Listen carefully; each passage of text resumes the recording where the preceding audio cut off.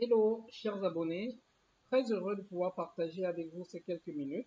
Nous restons en gestion prévisionnelle, notamment dans les prévisions des ventes, et nous abordons les techniques de prévision par ajustement linéaire.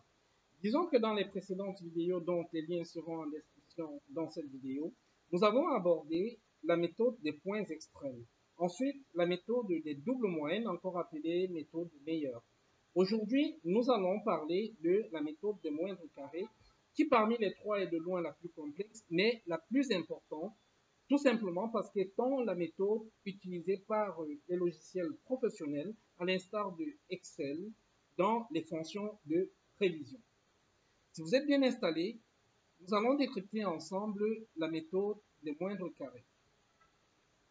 Alors, tout comme les autres méthodes de prévision d'ajustement linéaire, la méthode des moindres carrés est une méthode qui consistera, dont l'objectif consistera à établir la droite d'équation y égale ax plus b pour s'en servir comme étant outil de prévision par extrapolation ou par simple calcul numérique. Vous aurez deviné que l'enjeu, c'est la détermination de petit a, la pente ou encore le coefficient directeur de cette droite, et de petit b, l'ordonnée à l'origine, ou encore la constante. Précisons aussi que l'utilisation de la technique des méthodes des moindres carrés est efficace lorsque le coefficient de corrélation que nous allons appeler R est supérieur en valeur absolue à 0,87. Le coefficient de corrélation, c'est quoi? Ce n'est rien d'autre que la variance de la série x et y divisé par l'écart type de x et l'écart type de y. Alors, si vous n'êtes pas matheux, ne vous inquiétez pas, nous allons décrypter sagement et pas à pas toutes ces formules pour que vous puissiez comprendre de quoi est-il est réellement question. Ceci étant dit, commençons par la variance.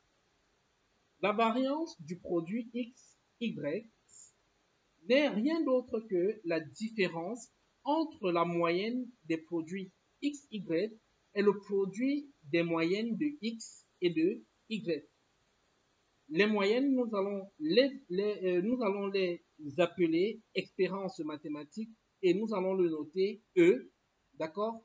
On aura donc moyenne de x de la série x sera E de x et moyenne de la série y sera E de y. D'une façon générale, la variance aussi pourra être simplement la différence entre les carrés des variables en question et le carré de la moyenne de ces variables. On va essayer de rentrer dans notre application pour mieux comprendre cela. Donc, déjà pour déterminer le coefficient petit r, vous convenez avec moi qu'il est question, dans un premier temps, de compléter notre tableau en élaborant une autre, en générant d'autres variables, d'autres séries, d'accord, d'autres séries de variables, notamment la variable des x, y, qui n'est rien d'autre que la variable des produits entre x et y. Donc, nous allons la prendre là et les tirer. Donc, ensuite, nous allons avoir la variable des x au carré ainsi que la variable des y au carré. Les x au carré, ce ne sera rien d'autre que le produit de x par lui-même. Pareillement, pour y, d'accord, qui ne sera rien d'autre que le produit de y par lui-même. Très bien, cela étant fait, nous allons générer sur les 12 périodes cette nouvelle série.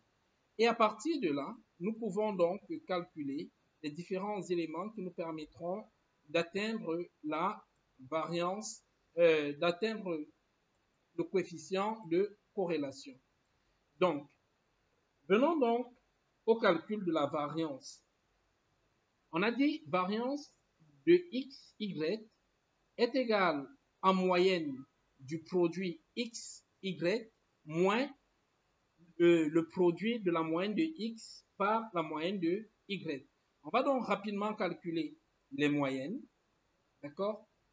On va donc rapidement calculer ces moyennes, puisque tout se résume en des calculs de moyenne. Donc ici, nous allons utiliser la fonction moyenne, mais notez que la moyenne n'est rien d'autre que la valeur d'une série, la somme des valeurs d'une série divisée par le nombre de valeurs. Donc ici, la moyenne peut aussi se calculer en faisant 1 plus 2 jusqu'à 12 divisé par 12. Dans notre cas, nous allons utiliser la fonction moyenne de Excel pour aller rapidement. D'accord? Et là, nous avons généré là les moyennes de l'ensemble de nos séries. Bien, ici, nous avons le produit des moyennes. D'accord? Nous avons le produit de x, de la moyenne de x par elle-même, qui est la moyenne au carré. Ça nous donne 42. D'accord? Bien, ensuite, nous avons le produit de y, de la moyenne de y par elle-même, qui nous donne 25 600, et le produit de la moyenne de x par le produit de la moyenne de y. À partir de ces éléments, nous allons donc pouvoir calculer aisément la variance, qui ne sera rien d'autre que la différence entre la moyenne des produits, que voici, d'accord, et le produit des moyennes, que voici. La variance va nous donner 111. La variance de xy va nous donner 111. Nous allons passer à la variance de x, qui sera la différence entre la moyenne de la série x carré, que voici, moins la moyenne de x au carré, moins la moyenne de x élevé au carré, que voilà. Nous obtenons 12, la variance de y par le même principe. Nous allons chercher la moyenne de y de la série y au carré moins la moyenne de y élevé au carré, que voici. Très bien. À partir de là, nous calculons les écarts types en faisant simplement la racine de la variance. Écart type est égal à racine de la variance. Donc, pour écart type de x, nous allons faire racine de variance de x, soit racine de 12. D'accord? Et pour l'écart type de y, nous allons faire simplement la racine carrée de la variance de y. Ça va nous donner 37,69. Voilà.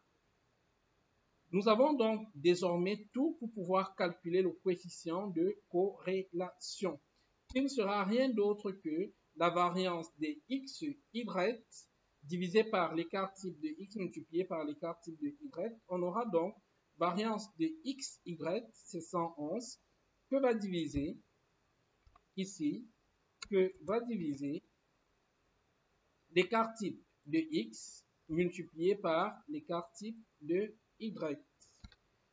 On obtient donc là un coefficient de corrélation de 0,851, assez proche de 0,87, mais sans pour autant l'atteindre. Donc, on pourra faire une prévision, mais elle ne sera pas optimale. Nous allons néanmoins poursuivre à l'étape 2, qui est l'étape consistant à déterminer la pente de notre équation de droite. Donc, petit a, on vous le dit, est égal à variance de xy divisé par variance de x. Nous allons ici, dans les calculs, essayer de le mettre en application à partir de nos différents résultats. Donc, petit a sera égal à la variance de xy divisé par la variance de x.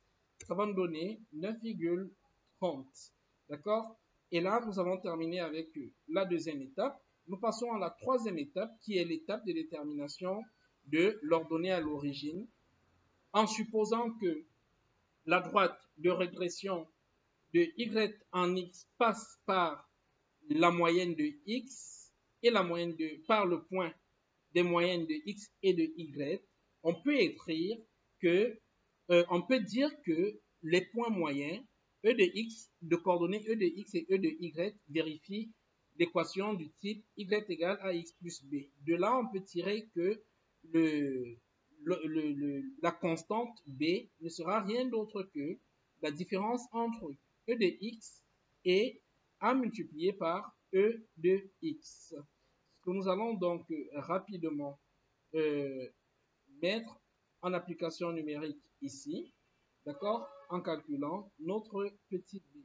Petit b sera simplement égal à e de y que voici. E de y, autant pour moi, e de y que voici 160 moins a que voici multiplié par e de x qui est 7. Ça va nous donner 100. Donc, on peut donc à cette étape écrire que notre équation de droite y égale ax plus b peut donc finalement se compléter en devenant y égale à c'est 9,30 x plus 100 qui est l'ordonnée à l'origine. Une fois que cela est fait, nous avons tous les éléments désormais pour pouvoir établir une véritable prévision. Et c'est ce que nous allons rapidement essayer de faire. Nous allons calculer pour x égale 13, et c'était l'objectif, la prévision des ventes. Donc pour x égale 13, on a l'équation y égale 9,30 multiplié par 13. Nous avons remplacé la x par sa valeur, plus 100. D'accord? Bien. Et là, naturellement, ça va nous donner y qui sera égal à 9,3 multiplié par x qui est 13 plus b qui est 100. Ça va nous donner exactement 220,91 que nous allons reporter ici. Donc voilà, à partir de la méthode des moindres carrés, nous avons pu déterminer l'équation de la droite qui, pour une valeur de x, nous permettra automatiquement de déterminer la valeur de y. Bien, ça c'est important de le comprendre parce que sous Excel, comme nous l'avons dit, ces prévisions peuvent se faire de façon directe en utilisant la fonction prévision qui, elle, est aussi bâtie sous le prisme de la méthode des moindres carrés. Donc, pour sa syntaxe, nous avons prévision de x. On va indiquer la valeur de x dans notre cas qui est 13 au 13e trimestre. Il nous demandera la série des Y. Les Y sont les ventes. Nous allons lui donner la série des ventes sur la période en question. Je vais mettre F4 pour figer les données. D'accord? Et je vais passer à la série des X. D'accord? Sur les 12 périodes, je vais figer en appuyant F4. Et puis là, automatiquement, j'ai en un clic aussi à partir d'une formule Excel déterminer la prévision de la vente pour x égale 13. Vous voyez que les résultats sont assez proches. Je pense que à partir de cette vidéo, l'intérêt était de vous présenter premièrement la méthode des moindres carrés pas à pas et de vous indiquer que cette méthode était compilée dans les fonctions de Excel qui vous permettraient d'avoir des résultats plus rapides et assez fiables. Je pense que cela vous a été utile. Si c'est le cas, laissez-nous un pouce bleu. Laissez en commentaire vos questions, éventuellement les thématiques sur lesquelles vous aimeriez que nous revenons. Dans l'intervalle, je vous souhaite de prendre soin de vous et merci de faire confiance à PFAS Cameroun. Au revoir.